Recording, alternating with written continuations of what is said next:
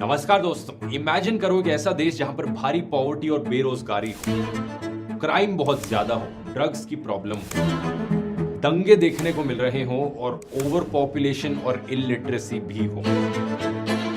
सोच सकते हो कितनी बुरी हालत होगी एक ऐसे देश की, लेकिन ज्यादा इमेजिन करने की जरूरत नहीं है क्योंकि ये हकीकत थी सिंगापुर देश की साल 1965 में। लेकिन अगले 25 सालों में ऐसा भयंकर टर्न अराउंड देखने को मिलता है कि दुनिया देखती रह जाती है। सिंगापुर एक हाईली डेवलप्ड हाई इनकम देश बन जाता है। आज के दिन दुनिया की टॉप 5 रिचेस्ट कंट्रीज में से माना जाता है। One of the cleanest countries of the world. ना के बराबर करप्शन, ना के बराबर क्राइम। सही मायनों में एशिया का शायद से नंबर 1 देश। लेकिन ऐसा कैसे पॉसिबल हो पाया? कौन है हमारी कहानी का हीरो? आज के इस वीडियो में आइए जानते हैं दोस्तों ये चमत्कारी कहानी सिंगापुर की। The hostility between Singapore's ethnic Chinese and Malays finally erupted into violent clashes. And as long as I'm in charge, nobody's going to knock it down. From the lack of land in high density, but with some hefty government purchasing power, they did the impossible. The Republic of Singapore was born. Singapore एक छोटा सा देश है दोस्तों, इतना छोटा कि इसे नक्शे पर ढूंढना भी बड़ा मुश्किल है। अगर आप साउथ ईस्ट एशिया का नक्शा यहाँ देखोगे तो इंडोनेशिया बड़े क्लियरली दिखता है, फिलीपींस का देश बड़ा साफ है, मलेशिया को भी आसानी से आइडेंटिफाई किया जा सकता है। लेकिन इसके नीचे अगर आप आओगे तो आपको दिखेगा एक छोटा सा आइलैंड सिंगापुर। एक छोटी सी water body strait of Johor actually में मलेशिया और सिंगापुर को सेपरेट रखती है। एरिया वाइज देखा जाए तो सिंगापुर का साइज एक्चुअली में दिल्ली का आधा है, लेकिन इस छोटी सी जगह पर अप्रोक्सीमेटली 57 लाख लोग रहते हैं। Total area 710 square kilometres. इसका मतलब सिंगापुर की पॉपुलेशन डेंसिटी हुई 8028 पीपल पर स्क्वायर किलोमीटर। इंडिया को हम एक बहुत ओवर पॉपुलेटेड देश मानते हैं, लेकिन फॉर कंपैरिजन इंडिया की जो पॉपुलेशन डेंसिटी है वो 446 पीपल पर स्क्वायर किलोमीटर है। यानी सिंगापुर 18 गुना ज्यादा डेंसली पॉपुलेटेड है इंडिया के कंपैरिजन में। और ओवरऑल ये दुनिया की 3rd most densely populated country है। इसके ऊपर सिर्फ मोनाको और मकाओ आते हैं। एक इंटरेस्टिंग फैक्ट यहाँ पर, सिंगापुर देश का जो नाम है उसका ओरिजिन संस्कृत शब्द से हुआ है सिंगपुर।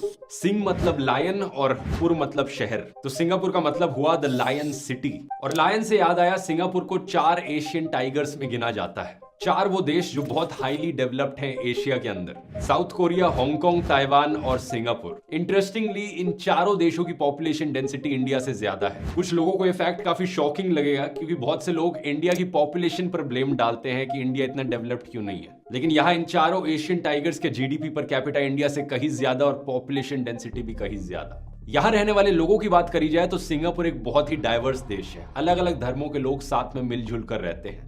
5 मेजर रिलीजन्स हैं, बुद्धिस्ट, क्रिश्चियंस, मुस्लिम्स, टाओइस्ट्स और हिंदूज। इसके अलावा कुछ बहुत छोटी पॉपुलेशन है ज्यूइश, ज़ोरास्ट्रियंस, जैन्स और सिख लोगों की भी। सेकंड लार्जेस्ट ग्रुप यहाँ पर उन लोगों का है जो एक्चुअली में किसी धर्म में नहीं मानते, एथिस्ट्स हैं। लेकिन धर्म के अलावा एथनिसिटी के नाम पर भी सिंगापुर बहुत डाइवर्स है। सबसे बड़ी मेजोरिटी है यहाँ पर चाइनीज एथनिक लोगों की 74.5%, उसके बाद मलेज हैं 13.5% और फिर इंडियंस हैं 9%। इंडियंस में मोस्टली तमिल्स, बंगालीज और पंजाबीज की पॉपुलेशन सबसे ज्यादा है और बाकी 3% यूरोशियंस और अरब लोग रहते हैं। लोगों की बात करते हुए हमें यहाँ पर ओरांग लाउट को नहीं भूलना चाहिए, जो कि एक्चुअली में ओरिजिनल इनहैबिटेंट्स हैं जो सिंगापुर में सदियों से रहने लग रहे हैं, यहाँ के ट्राइबल लोग। तो overall unity in diversity actually में सिंगापुर की आज के दिन हकीकत है, लेकिन हमेशा से ऐसा नहीं होता था। थोड़ा हिस्ट्री में पीछे चलते हैं। अर्ली हिस्ट्री की बात करें तो सदियों से ही सिंगापुर के आइलैंड को एक ट्रेडिंग आउटपोस्ट की तरह यूज किया जाता था मले, थाई, चाइनीज, इंडियन, अरब और जापानीज ट्रेडर्स के द्वारा। थ्रू आउट द हिस्ट्री यहाँ पर एक इंडोनेशियन महाराजा का कब्जा रहा, पोर्चुगीज ने कब्जा किया, डच ने अपनी डच ईस्ट इंडिया कंपनी के द्वारा कब्जा किया और साल 1819 में ब्रिटिश ईस्ट इंडिया कंपनी के एक बड़े ही एम्बिशियस ऑफिसर थॉमस रैफल्स ने सिंगापुर को खरीद लिया जोहोर के सुल्तान से। सही सुना आपने, ब्रिटिश ने यहाँ पर अपनी एंट्री मारी इस आइलैंड को खरीद कर। थॉमस रैफल्स ने सिंगापुर को एक फ्री पोर्ट बना दिया। जो भी जहाज यहाँ से गुजरने लग रहे हैं उन्हें कोई फीस पे करने की जरूरत नहीं है। इसी रीजन से सिंगापुर में फ्री ट्रेडिंग देखने को मिली। साल 1869 में सुइस कैनाल खुला, मतलब जहाजों को अब अफ्रीका के चारों तरफ से घूम के जाने की जरूरत नहीं थी। इसकी वजह से और भी जहाज यहाँ पर आने लगे सिंगापुर के आइलैंड पर। ज्यादातर जहाज सिंगापुर को रिफ्यूलिंग स्टेशन की तरह इस्तेमाल करते थे। पास के मलेशिया देश में 2 मेन चीजों की इंडस्ट्री बड़ी पॉपुलर थी, टिन और रबर प्रोडक्शन। क्योंकि सिंगापुर काफी करीब था, सिंगापुर एक रबर प्रोसेसिंग का हब भी बन गया। सुनकर लगे कि सिंगापुर में काफी डेवलपमेंट हो रही होगी, लेकिन इसके पीछे एक डार्क साइड भी थी। असल में बात क्या थी, ये ब्रिटिश लोग बंगाल में जाकर ओपियम उगाया करते थे और उस ओपियम की प्रोसेसिंग सिंगापुर में लाकर करते थे। ब्रिटिश लोगों ने चाइनीज कूलीज को इस काम पर लगाया था सिंगापुर में, और यहाँ पर one of the lowest grades opium इन्हें मिलता था। अब ये जो चाइनीज लोग यहाँ इन फैक्ट्रीज में काम कर रहे थे, ये अपने घर से बहुत दूर थे, एंटरटेनमेंट का कोई जरिया नहीं था, तो ये ओपियम एडिक्ट्स बन गए। हजारों की संख्या में ओपियम एडिक्ट्स देखने को मिले सिंगापुर में। ड्रग एडिक्शन की वजह से क्राइम बढ़ने लगा, लोग चोरी करने लगे। साल 1941 में एस्टिमेट किया गया था कि करीब 16,500 ओपियम एडिक्ट्स थे सिंगापुर में, और 1940s की बात करें तो ये जमाना था सेकेंड वर्ल्ड वॉर का। German bombers attack British cities like Coventry and London. 15 February 1942 Japanese invasion करते हैं सिंगापुर और मलेशिया में। यहां रहने वाले लोग सरेंडर कर देते हैं जापानीज के सामने। अगले 3.5 साल तक जापानीज राज रहता है सिंगापुर पे, और ये जापानीज रूल पूरी तरीके से डिस्ट्रॉय करके रख देता है सिंगापुर को। खूंखार मर्डर्स देखने को मिलते हैं, सिर्फ फील्ड पर ही नहीं बल्कि हॉस्पिटल्स के अंदर तक। कई सोल्जर्स को प्रिजनर्स ऑफ वॉर बनाकर टॉर्चर किया जाता है। हजारों लोगों को फोर्स्ड लेबर की तरह इस्तेमाल किया जाता है। औरतों को एक कमोडिटी की तरह यूज किया जाने लगता है। हजारों औरतों को कोरिया, चाइना, इंडोनेशिया और मलेशिया से सिंगापुर लाया जाता है कंफर्ट स्टेशंस में, जहां पर वो जापानीज सोल्जर्स के लिए मौजूद हो। जब तक साल 1945 में जापानीज वॉर को हारते हैं और सिंगापुर छोड़कर जाते हैं, सिंगापुर के देश में 30,000 से ज्यादा ओपियम एडिक्ट्स, गैम्बलिंग और प्रोस्टिट्यूशन चारों तरफ देखने को मिलता है। बिल्डिंगें पूरी तरीके से तबाह हो चुकी हैं, पॉवर्टी बहुत ज्यादा है, बेरोजगारी बहुत ज्यादा है और डिजीजेस भरे पड़े हैं। खाने की शॉर्टेज भी हो रही है, साथ साथ लोग भूखे मर रहे हैं, क्राइम है, वायलेंस है, और सिंगापुर एक स्लम कॉलोनी बन चुका है। वर्ल्ड वॉर 2 के खत्म होने के बाद ब्रिटिश वापस से टेक ओवर करते हैं सिंगापुर का कंट्रोल, और ब्रिटिश मिलिट्री एडमिनिस्ट्रेशन कुछ हद तक यहाँ पर चीजों को कंट्रोल में लाने की कोशिश करती है। बेसिक गैस, पानी और इलेक्ट्रिसिटी की जो सर्विसेज थी उन्हें रिस्टोर किया जाता है। लोगों के लिए कैंटीन्स खोले जाते हैं ताकि भूखमरी की प्रॉब्लम से थोड़ा डील किया जा सके। सिंगापुर में रहने वाले लोगों की ब्रिटिश को लेकर जो राय होती है वो काफी फेवरेबल होती है, पॉजिटिव होती है, अगर इंडिया जैसे देशों से कंपेयर करो तो। इसके पीछे एक बड़ा कारण तो यही था कि ब्रिटिश ने जापानीज को हराया और जापानीज ने ज्यादा अत्याचार किए सिंगापुर के लोगों के ऊपर। दूसरा बड़ा कारण यह भी था कि जुलाई 1945 में सत्ता बदलती है यूके में। कंजर्वेटिव पार्टी पावर से हट जाती है और लेबर पार्टी पावर में आती है, जो कि इंपीरियलिज्म के काफी हद तक खिलाफ थी। तो सिंगापुर के ऊपर जो ब्रिटिश रूल है वो धीरे धीरे हटता है और सेल्फ गवर्नेंस में बदलता है। अब मैं ज्यादा डिटेल्स में नहीं जाऊंगा यहाँ पर क्या होता है, क्योंकि बहुत लंबा इसे खींचा जा सकता है, लेकिन 1948 में पहली इलेक्शंस होती हैं। सिर्फ कुछ सीटों पर इलेक्शंस करवाई जाती हैं। सिंगापुर का कॉन्स्टिट्यूशन बनाया जाता है, उसमें 2 बार रिवीजन किया जाता है, 1955 और 58 में, और 1959 में कह सकते हो प्रॉपर फुल स्केल इलेक्शंस करवाई जाती हैं। इन इलेक्शंस को जीतते हैं एक बड़े young leader Lee Kuan Yew, जो कि सेक्रेटरी जनरल थे पीपल्स एक्शन पार्टी के, PAP। याद रखना इसे, क्योंकि वीडियो में आगे आप काफी सुनोगे इनके बारे में। ये बनते हैं सिंगापुर के पहले प्राइम मिनिस्टर। शुरुआत में ली क्वान यू का मानना था कि सिंगापुर एक इंडिपेंडेंट कंट्री की तरह सर्वाइव नहीं कर पाएगा, इन्हें मलेशिया के साथ जुड़ जाना चाहिए, और 1963 में यही करते हैं। ये सिंगापुर को मलेशिया के साथ मर्ज कर देते हैं। लेकिन हमारी कहानी में अब एक शॉकिंग ट्विस्ट आता है। मलेशिया में बैठी सरकार को पसंद नहीं आया कि सिंगापुर उनके देश का हिस्सा बन रहा है। इसके पीछे सबसे बड़ा कारण था कि 1964 में जो मलेशिया में इलेक्शंस होनी थी, PAP ने डिसाइड किया कि वो उन इलेक्शंस को कंटेस्ट करेंगे। मलेशिया के पॉलिटिशियंस को ये बात पसंद नहीं आई कि सिंगापुर की एक पॉलिटिकल पार्टी अब यहाँ पर मलेशिया की नेशनल इलेक्शंस में कंटेस्ट करेगी। दूसरी तरफ सिंगापुर में रहने वाले लोग भी इस मर्जिंग से खुश नहीं हुए, क्योंकि एक एग्रीमेंट करी गई कि सिंगापुर 40% अपना रेवेन्यू यहाँ पर मलेशिया की सेंट्रल गवर्नमेंट को देगा, इवन दो सिंगापुर की पॉपुलेशन सिर्फ 17% है टोटल पॉपुलेशन। सिंगापुर के लोगों को ये बात काफी अनफेयर लगी। इसके अलावा मलेशियन कॉन्स्टिट्यूशन के आर्टिकल 153 के अंडर मलेज को स्पेशल राइट्स और प्रिविलेजेस दिए गए। जो चाइनीज और बाकी नॉन मले एथनिसिटीज थी सिंगापुर की, उन्हें ये डिस्क्रिमिनेशन पसंद नहीं आई।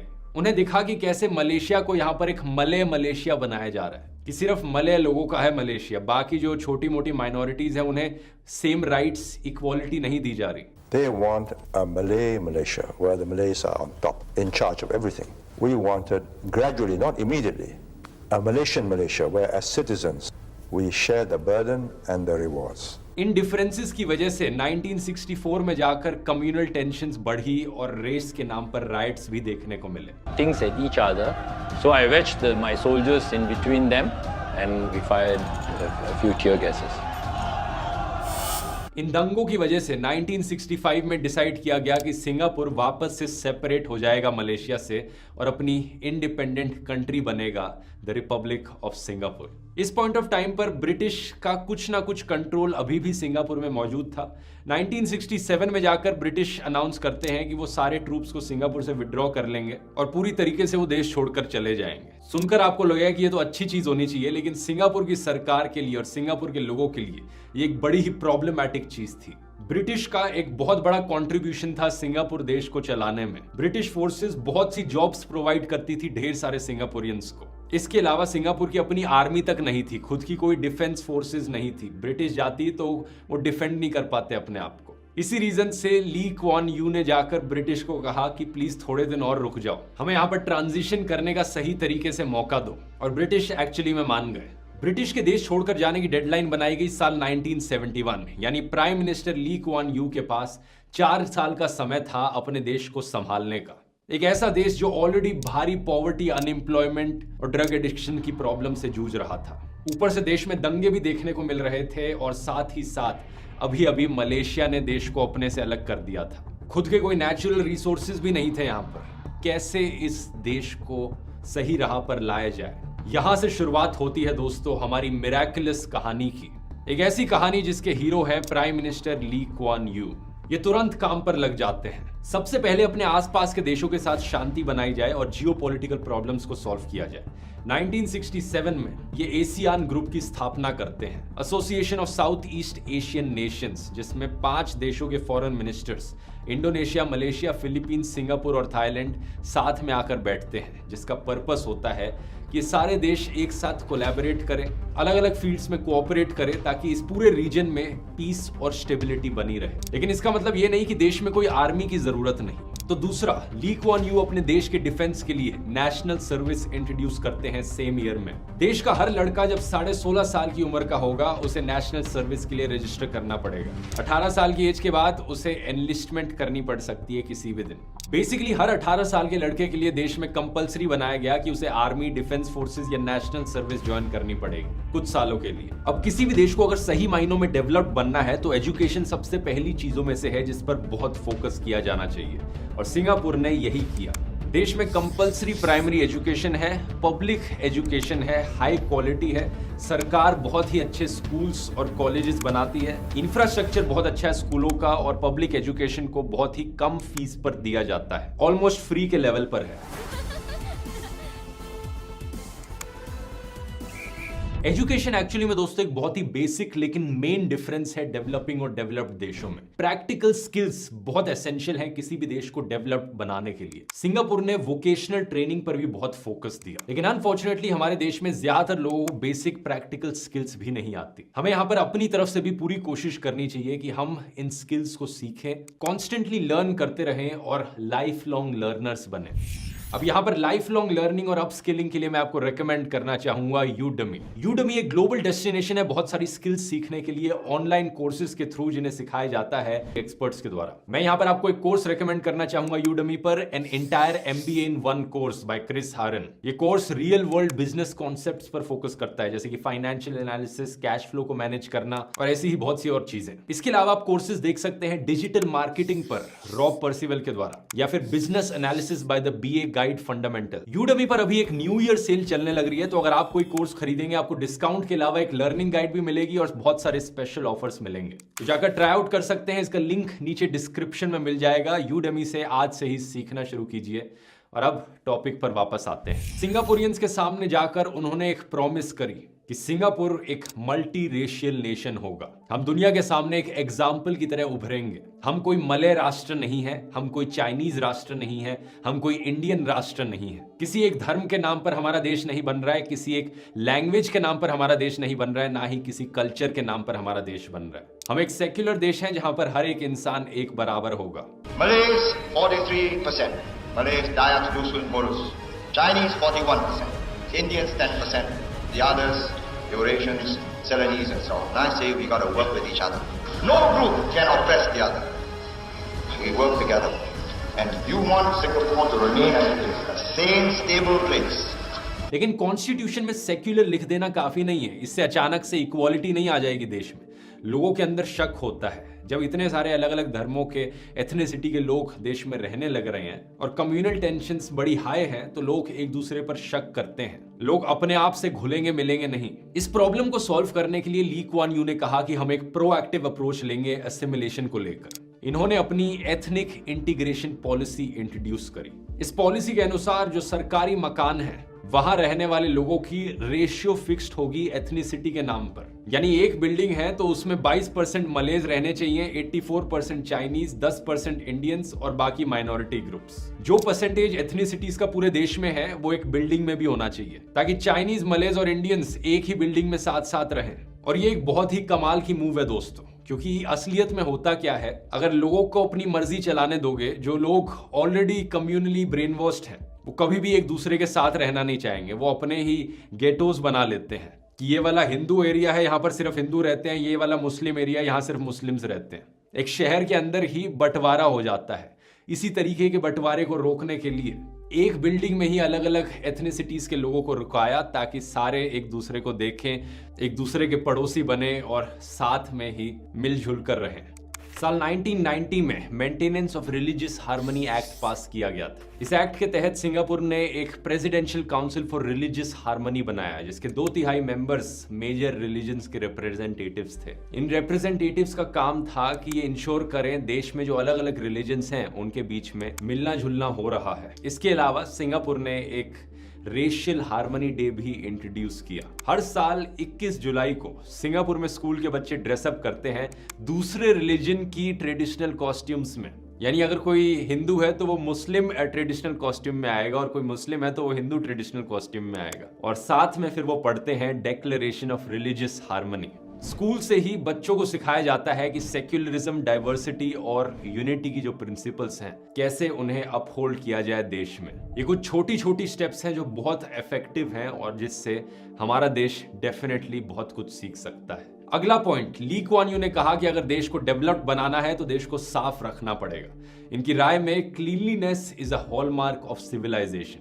तो इन्होंने स्वच्छ सिंगापुर अभियान लॉन्च किया। On 1st October 1968, a nationwide Keep Singapore Clean campaign was launched by the Prime Minister. We have built, we have progressed, but there is no hallmark of success more distinctive and more meaningful than achieving our position as the cleanest and greenest city in South Asia.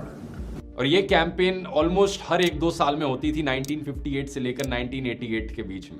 ये कोई शोबाजी वाला event नहीं था कि ये camera के सामने आए, थोड़ा झाड़ू मारा, इधर उधर पत्तों को हिलाया और एड्स छाप दी स्वच्छ सिंगापुर के नाम पे। नहीं,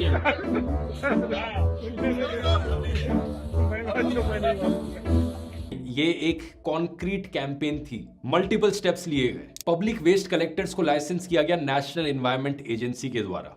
हर पब्लिक हाउसिंग एस्टेट में ब्लू कलर के रिसाइकलिंग बिन्स लगाए गए। ढेर सारे पब्लिक टॉयलेट्स बनाए गए और स्पेशल प्रोग्राम्स रन किए गए, हैप्पी टॉयलेट प्रोग्राम जैसे, ताकि जो टॉयलेट्स बने हैं उन्हें साफ सुथरा रखा जाए, वेल मेंटेन्ड रखा जाए। साल 1992 में च्युइंगम को बैन किया जाता है सिंगापुर में। सफाई के नाम पर कोई भी कॉम्प्रोमाइज नहीं। इसके अलावा बड़े कानून बनाए जाते हैं जिसमें भारी फाइन्स होंगे अगर कोई पब्लिक में थूकने लग रहा है, कूड़ा फैलाने लग रहा है, स्मोक करने लग रहा है। पहले ऑफेंस पर 1000 सिंगापुर डॉलर्स का फाइन, दूसरे ऑफेंस पर 2000 का और तीसरे ऑफेंस पर 5000 सिंगापुरियन डॉलर्स का फाइन। अगली प्रॉब्लम थी स्लम्स की। सिंगापुर स्लम से भरा हुआ था। क्या किया जाए इसको लेकर? 26,000 से ज्यादा परिवारों को स्लम से रीलोकेट किया गया, हाई राइज बिल्डिंग्स बनाई गई, पब्लिक हाउसिंग बनाई गई। इसी के दौरान वाटर सप्लाई, बिजली और गैस सर्विसेज को प्रोवाइड किया गया फ्री पब्लिक हाउसिंग में, और ये सारी चीजें इंप्रूव हुई। एज ऑफ 2021 करीब 80% लोग सिंगापुर में पब्लिक हाउसिंग में रहते हैं, जो घर सरकार के द्वारा प्रोवाइड किए गए हैं। इसी की वजह से होमलेसनेस देश में ऑलमोस्ट खत्म हो चुकी है। पिछले साल सिर्फ 616 लोग, करीब 600 लोग ही सड़कों पर सो रहे थे। इसके बाद अर्बन प्लानिंग पर फोकस किया गया। सड़कों के साइड में जो लोग रेडिया लगाकर खड़े होते हैं वो इनफॉर्मल इकोनॉमी का एक बड़ा इंपॉर्टेंट हिस्सा है, लेकिन साथ ही साथ क्लीनलीनेस और ब्यूटिफिकेशन के नाम पर वो कहीं ना कहीं शहर को एक अच्छी लुक नहीं देते। उन्हें ऑर्गेनाइज्ड करना काफी जरूरी है। तो सिंगापुर में 4900 से ज्यादा हॉकर्स को रीलोकेट किया गया फूड सेंटर्स में। जो लोग सब्जियां बेचते थे उनके लिए एक नए होलसेल मार्केट्स बनाए गए। ब्यूटिफिकेशन के लिए जो पिग और डक के फार्म्स थे उन्हें कैचमेंट एरिया से बाहर फेज आउट किया गया। नदियों को साफ किया गया। Less dependent. At that time, I did not believe I could be totally independent, but less dependent on Malaysian supplies. So the quest began for water independence. 2800 से ज्यादा इंडस्ट्रीज को रीलोकेट किया गया। अब हेल्थ केयर पर भी focus काफी जरूरी होता है। सिंगापुर में पब्लिक हो या प्राइवेट हेल्थ केयर काफी सस्ता है। मिनिस्ट्री ऑफ हेल्थ के अंडर सरकारी हॉस्पिटल्स में हजारों बेड्स प्रोवाइड किए गए हैं और मेडिसेव, मेडिशील्ड, मेडिफंड सिस्टम है इनके हेल्थ केयर में जो काफी इनोवेटिव है। अब सिंगापुर जैसे छोटे से देश में जहां इतनी ज्यादा हाई पॉपुलेशन डेंसिटी है और लोगों के रहने के लिए इतनी कम जगह है, वहां पर अगर सड़कें बनाई जाएंगी गाड़ियों के लिए तो बहुत जगह वेस्ट होगी। अगर देश में रहने वाला हर इंसान गाड़ी ओन करेगा तो किसी के रहने के लिए जगह नहीं बचेंगी, बस सड़कें ही सड़कें भरी रहेंगी पूरे देश में। तो गाड़ियों को डिस्करेज करना बहुत जरूरी था और पब्लिक ट्रांसपोर्टेशन को बढ़ावा देना जरूरी था। इसलिए आज के दिन सिंगापुर दुनिया के सबसे महंगे शहरों में से है। अगर आपको गाड़ी खरीदनी हो तो बहुत भारी टैक्स लगाया जाता है गाड़ी खरीदने पर। पूरे देश में एक लिमिटेड नंबर ऑफ गाड़ियां ही सड़कों पर हो सकती हैं। अगर एक नई गाड़ी को सड़क पर ऐड करना है तो किसी गाड़ी को बाहर निकालना पड़ेगा पहले। और दूसरी तरफ पब्लिक ट्रांसपोर्टेशन की बात करी जाए जैसे कि बसेस और मेट्रो, तो one of the least expensive public transport in the world. लोगों के लिए अफोर्डेबल है ये और साथ ही साथ वन ऑफ द क्लीनेस्ट और वन ऑफ द सेफेस्ट भी है। अभी तक मैंने जिन भी चीजों की बात करी आपको लगेगा सुनकर कि ये तो काफी सस्ती चीजें ऑफर करी जा रही हैं। Education, health care, public transportation, housing, लोगों को काफी कम कॉस्ट पर ये सब दिया जा रहा है, अफोर्डेबल बनाया जा रहा है। तो सरकार के पास पैसा कहां से आ रहा है? क्या सरकार ज्यादा टैक्स रेट चार्ज करती है लोगों से, जैसे कि कई यूरोपियन देशों में होता है जहां पर टैक्स रेट 50% तक क्रॉस कर जाता है, स्वीडन, फिनलैंड, डेनमार्क, ऑस्ट्रिया जैसे देशों में। लेकिन नहीं, सिंगापुर में जो इनकम टैक्स रेट्स हैं वो काफी कम है, 2% से लेकर 24% के बीच में है। तो आखिर कैसे मैनेज कर पा रही है इनकी सरकार? पैसा आ कहां से रहा है? यहां पर बात आती है दोस्तों सिंगापुर की सरकार की प्राइमरी प्रिंसिपल्स के बारे में। ये सस्टेनेबिलिटी और फिस्कल डिसिप्लिन पर काफी फोकस करते हैं। एग्जाम्पल से समझाता हूं। इस कंपनी की वेबसाइट देखिए, टेमासेक होल्डिंग्स। देखकर लगेगा कि एक बड़ी सी एमएनसी है ये। 900 से ज्यादा एम्प्लॉइज, 33 नेशनैलिटीज। इसका नेट पोर्टफोलियो मार्च 2022 में था $403 बिलियन। लेकिन कौन है इस कंपनी का मालिक? इसका जवाब एक्चुअली में है सरकार। ये एक सरकारी कंपनी है। सिंगापुर की सरकार एक्चुअली में बहुत सी ऐसी कंपनीज को ओन करती है जो ट्रांसपोर्ट, पावर और मीडिया के सेक्टर में काम करती हैं। कई ऐसी कंपनीज टेमासेक की सब्सिडीज ही हैं और टेमासेक बाकी और नेशनल और इंटरनेशनल कंपनीज में भी इन्वेस्ट करती है प्रॉफिट्स डिराइव करने के लिए। इंडिया में जब हम सरकारी कंपनीज के बारे में सुनते हैं तो वो इतनी मिसमैनेज्ड हैं कि उन्हें प्राइवेटाइज कर दिया जाता है आज के दिन सरकार के द्वारा। Government has no business to be in business. लेकिन प्राइवेटाइजेशन करने का मतलब है जो प्रॉफिट्स होंगे कंपनी के वो किसी प्राइवेट ओनर के पास जाएंगे, किसी बड़े बिलियनियर के पास जाएंगे। लेकिन अगर सरकारी कंपनी अच्छे से चलाई गई, ढंग से मैनेज किया गया सरकारी कंपनी को, तो जो प्रॉफिट्स हैं वो एक्चुअली में सरकार के पास जाएंगे, जिसका बेनिफिट इवेंचुअली जनता को होगा। इसके अलावा मैंने आपको बताया टैक्स कहां पर हाई है। गाड़ियों पर टैक्स बहुत ज्यादा हाई है, तो वो एक जरिया हो गया सरकार के लिए और पैसे कमाने का। फिर सरकार ने वेल्थ टैक्स लगा रखा है, प्रॉपर्टी टैक्स भी है और जीएसटी भी है। लेकिन ओवरऑल देखा जाए तो सिंगापुर की सरकार ज्यादातर सालों के लिए एक फिस्कल सरप्लस में रहती है, यानी जितना पैसा वो स्पेंड कर रही है उससे ज्यादा पैसा वो कमाती है। ये फिस्कल डिसिप्लिन के रूल्स इनके कॉन्स्टिट्यूशन में भी लिखे गए हैं। लेकिन अगर इंडिविजुअल लेवल पर देखा जाए तो कुछ ऐसे लोग जरूर होते हैं जो पर्सनली ज्यादा केयरफुल नहीं रहते अपने पैसों को लेकर। वो अननेसेसरी स्पेंडिंग करते रहते हैं, पैसों को ढंग से सेव नहीं करते। तो इसके लिए सरकार ने एक सेंट्रल प्रोविडेंट फंड भी बनाया है कि लोग अपनी तनख्वाह में से कुछ अमाउंट डिपॉजिट करेंगे इस फंड में। ये चीज वैसे इंडिया में भी एग्जिस्ट करती है। टोटल में 42 लाख से ज्यादा सेंट्रल प्रोविडेंट फंड मेंबर्स हैं एज ऑफ सितंबर 2022। इसी की मदद से सिंगापुर देश का one of the highest savings rate है दुनिया में। 2021 में ग्रॉस डोमेस्टिक सेविंग्स 57.5% थी ऑफ द जीडीपी। ये दुनिया की टॉप 3 कंट्रीज में से आता है। तो पैसों को ढंग से मैनेज करना यहाँ पर ना सिर्फ सरकार करने लग रही है बल्कि देशवासी भी कर रहे हैं। अब लेकिन टाइम में एक बार पीछे जाए तो मैंने आपको बताया था कि सिंगापुर में अपने आप के कोई नेचुरल रिसोर्सेज नहीं है जिन्हें एक्सप्लॉइट करके बेचा जा सके और पैसे कमाए जा सके। तो सवाल ये उठता है कि जनरली लोग पैसा कमा कहां से रहे हैं सिंगापुर में। आजादी के वक्त इनकी जमीन एक बंजर जमीन थी। ऐसे केसेस में दोस्तों इकोनॉमी को किक स्टार्ट करना पड़ता है। दो तरीकों से किया जा सकता है। पहला, सरकार भारी स्पेंडिंग करे, बड़े बड़े इंफ्रास्ट्रक्चर प्रोजेक्ट्स बनाए, बड़ी बड़ी PSUs बनाए। और दूसरा, सरकार इकोनॉमी को ओपन अप कर दे ताकि बाहर की कंपनीज इन्वेस्ट कर सकें देश में। ली कुआन यू ने दोनों चीजें करी। इन्होंने सरकार का पैसा बड़े बड़े इंफ्रास्ट्रक्चर प्रोजेक्ट्स में भी डाला, जैसे कि वर्ल्ड क्लास पोर्ट बनाना, एयरपोर्ट। आज के दिन अगर आप इनका देखेंगे तो हैरान हो जाएंगे। दुनिया का शायद से बेस्ट एयरपोर्ट है सिंगापुर का। एयरपोर्ट के अंदर ही पूरा शहर बसा रखा है इन्होंने। वर्कर्स के लिए घर बनाना, इन्होंने हाउसिंग डेवलपमेंट बोर्ड बनाया, इकोनॉमिक डेवलपमेंट बोर्ड बनाया। इन सारे प्रोजेक्ट्स ने भारी एम्प्लॉयमेंट दी लोगों को और इकोनॉमी की बैकबोन बनी।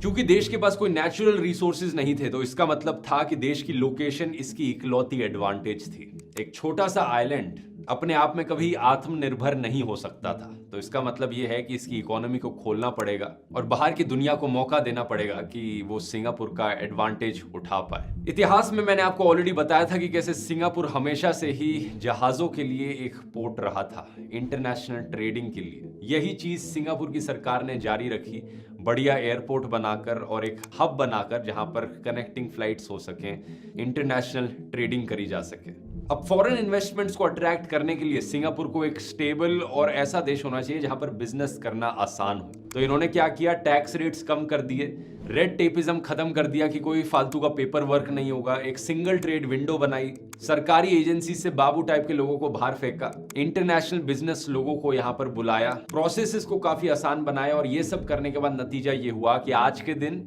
ईज ऑफ डूइंग बिजनेस के नाम पर सिंगापुर दुनिया में नंबर 2 कंट्री है, न्यूजीलैंड के बाद आती है। अब ऐसा होने के लिए एक बड़ी कंडीशन ये है कि करप्शन देश से खत्म हो जानी चाहिए। करप्शन होगी तो उससे बिजनेस करना आसान नहीं होगा। आज के दिन out of 180 countries Singapore 4th least corrupt country है दुनिया में। इकलौती एशियन कंट्री जो टॉप 10 में रैंक करी है पिछले 10 सालों में। तो क्या जादू किया यहाँ पे ली कुआन यू ने करप्शन खत्म करने के लिए? सबसे पहले इन्होंने सरकारी एम्प्लॉयज की तनख्वाह बढ़ाई और जो पॉलिटिशियंस हैं, मिनिस्टर्स हैं, उनकी भी तनख्वाह बढ़ाई। उन्हें इतनी ज्यादा सैलरी दी जाती है कि आप यकीन नहीं करोगे। आज के दिन जो प्राइम मिनिस्टर है सिंगापुर के, ली हिसिन लूंग, वो ली कुआन यू के बेटे हैं। क्या आप जानते हो वो एक्चुअली में हाईएस्ट पेड प्राइम मिनिस्टर हैं दुनिया के। इन्हें सैलरी मिलती है 1.6 मिलियन US की। ये US प्रेसिडेंट जो बाइडेन से भी कहीं ज्यादा है, रशियन डिक्टेटर व्लादिमीर पुतिन से भी कहीं ज्यादा है। सेम चीज करी जाती है वहां के सरकारी एम्प्लॉयज के साथ, उन्हें भी बहुत अच्छी सैलरी दी जाती है। लॉजिक इसके पीछे ये है कि अगर इन ढंग की सैलरीज पे करोगे सरकारी एम्प्लॉयज को और सरकार में बैठे मिनिस्टर्स को, तो वो करप्शन करने के लिए इनकरेज नहीं होंगे। उन्हें ऑलरेडी इतने पैसे मिलने लग रहे हैं। इसके अलावा जो सैलरी है उसमें एक परफॉर्मेंस रिलेटेड कंपोनेंट भी है सरकारी मिनिस्टर्स और सरकारी एम्प्लॉयज के लिए। अगर वो अच्छी परफॉर्मेंस करेंगे तभी उन्हें ये अच्छी सैलरी भी मिलेगी। तीसरा, अगर कोई मिनिस्टर इनका इतना लालची है कि इतनी हाई सैलरी मिलने के बाद भी करप्शन करने लग रहा है तो उसे पनिशमेंट भी भारी दी जाएगी। $100,000 तक का फाइन और 5 साल तक के लिए जेल हो सकती है। साल 1960 में PAP ने prevention of corruption act introduce किया। Prevention of Corruption Act was passed today, while directed mainly at corruption in the public services. जो इनका करप्ट प्रैक्टिसेस इन्वेस्टिगेशंस ब्यूरो है उसको और पावर्स दी गई, उसे और इंडिपेंडेंट बनाया गया। बेसिकली इनकी ये एक एजेंसी है जो करप्शन में इन्वेस्टिगेशंस करती है। इसे ऑपरेशनल ऑटोनॉमी दी गई है। इवन दो ये प्राइम मिनिस्टर्स ऑफिस के अंडर आती है, लेकिन प्राइम मिनिस्टर इसकी वर्किंग में इंटरफेयर नहीं कर सकते। कोई भी पॉलिटिकल लीडर्स का यहाँ पर इंटरफेरेंस नहीं हो सकता है, जिसकी मदद से ये एजेंसी इंडिपेंडेंट बनी रहती है। ये ऑटोनॉमी यहाँ पर बहुत जरूरी है क्योंकि इसी की मदद से ही अगर सरकार में बैठे किसी पॉलिटिशियन ने करप्शन करी तो ये एजेंसी उसके खिलाफ भी एक्शन ले सकती है। इन्वायरमेंट की बात करें तो साल 1972 में सिंगापुर की सरकार ने tree planting day initiative launch किया था कि एक स्पेसिफिक दिन होगा जिस दिन सारे देश के लोग आकर पेड़ प्लांट करेंगे। ये इनिशिएटिव इतना सक्सेसफुल हुआ कि सिर्फ 10 सालों के अंदर अंदर इतने पेड़ प्लांट हो गए थे जितने लोग सिंगापुर में रहते हैं। सिर्फ 10 सालों के अंदर अंदर इन्होंने अपनी रिवर को भी क्लीन कर डाला था। और आज के दिन दुनिया के बेस्ट इंडोर गार्डन्स आपको सिंगापुर में देखने को मिलेंगे। देखिए क्या कमाल की ग्रीनरी यहाँ पर बनाई गई है। एक टूरिस्ट अट्रैक्शन बन चुकी है सिंगापुर की ग्रीनरी आज के दिन। स्पेसिफिक सेक्टर्स की बात करी जाए तो सिंगापुर ने शुरुआत करी थी टेक्सटाइल और पेट्रोकेमिकल रिफाइनिंग से, लेकिन ली कुआन यू ये नहीं चाहते थे कि उनका देश एक लो कॉस्ट फैक्ट्री बन के रह जाए पूरी दुनिया के लिए। इन्होंने इंश्योर किया कि सिंगापुर के लोग स्किल्स सीखे टेक्निकल स्कूल्स में और इंटर्नशिप्स में। सारे एम्प्लॉयर्स के लिए देश में बाय लॉ मैंडेटरी बनाया गया कि वो अपने एम्प्लॉयज को एक मंथली स्किल डेवलपमेंट लेवी देंगे। इसे भेजा जाता है स्किल्स डेवलपमेंट फंड में, जिससे बहुत सारे वर्कफोर्स अपग्रेडिंग प्रोग्राम्स सपोर्ट किए जाते हैं। स्किल डेवलपमेंट की मदद से 1990s तक आते आते सिंगापुर बड़ी सोफिस्टिकेटेड टेक्नोलॉजीज में ग्लोबल सप्लाई चेन्स का हिस्सा बन गया था, जैसे कि biotech engineering, aerospace, integrated circuits, pharmaceuticals, petroleum chemicals, semiconductors. मतलब अपने देशवासियों को इतनी अच्छी एजुकेशन दी, इतनी अच्छी स्किल्स सिखाई कि वो ऐसी इंडस्ट्रीज में अब काम करने लगे जहां पर नेचुरल रिसोर्सेज होने की जरूरत ही नहीं थी देश में। अब इतना सब करने के बाद भी दोस्तों कमाल की बात पता है क्या है?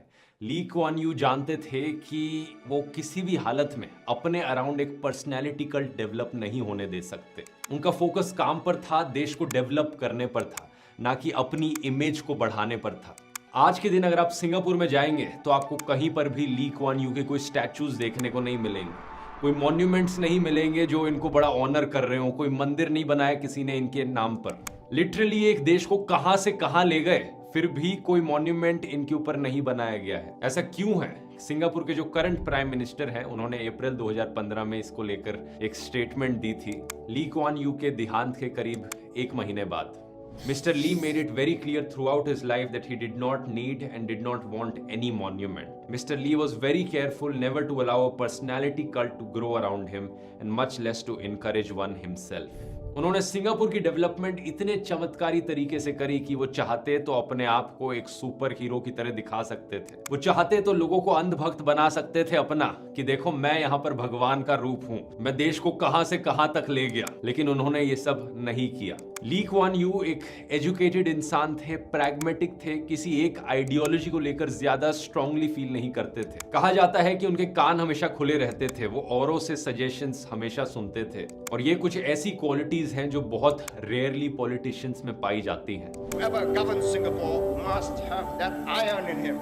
I've spent a whole lifetime building this. As long as I'm in charge, nobody's going to knock it down. आज के दिन कई लोग ली कुआन यू को एक बेनेवोलेंट डिक्टेटर की कैटेगरी में डालते हैं, क्योंकि कुछ मायनों में वो फ्रीडम ऑफ स्पीच के सख्त खिलाफ थे। सिंगापुर ढेर सारे अलग अलग फैक्टर्स में इंप्रूव किया, लेकिन प्रेस फ्रीडम इंडेक्स के नाम पर उसकी रैंकिंग आज के दिन इतनी अच्छी नहीं है। पिछले कुछ सालों में चीजें जरूर बदल रही हैं, लेकिन ली कुआन यू के टाइम पे सिंगापुर में प्रेस फ्रीडम ना के बराबर था ऑलमोस्ट। बहुत से लोग इस कहानी से एक गलत लेसन लेते हैं कि देखो वो एक बेनेवोलेंट डिक्टेटर थे, तो हमें भी अपने देश में एक ऐसा डिक्टेटर चाहिए जो सारे फ्रीडम को रोक कर रखे और अपनी मन मर्जी से काम कर सके। लेकिन ज्यादातर केसेस में फ्री मीडिया बहुत जरूरी चीज है, क्योंकि जो सत्ता में बैठा है उसे अकाउंटेबल रखा जा सके, उसे चेक में रखा जा सके। सिंगापुर का केस एक एक्सेप्शनल केस है, क्योंकि ली कुआन यू खुद को अकाउंटेबल ठहराना जानते थे, औरों की सुनते थे। और अगर कोई लेसन इस कहानी से हमें लेना चाहिए तो वो एग्जैक्ट पॉलिसीज हैं जो उन्होंने इंप्लीमेंट करी थी